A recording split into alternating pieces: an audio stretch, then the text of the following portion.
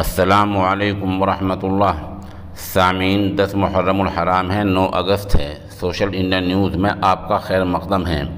آج کی خبروں کی شروعات طالب علم محمد ریحان بن محمد قربان کی تلاوت کلام پاک سے کی جا رہی ہے۔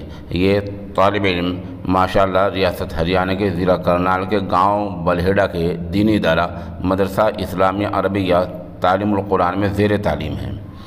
بتا دیں کہ تلاوت ہفتہ واری انجمن بزم امام حفص رحمۃ اللہ علیہ کے پروگرام کے موقع پر کی گئی ہے، اور ماشاءاللہ ادارے کے سرپرست مظاہر علوم کے استاد مولانا قاری مسعود فلاحی ہیں۔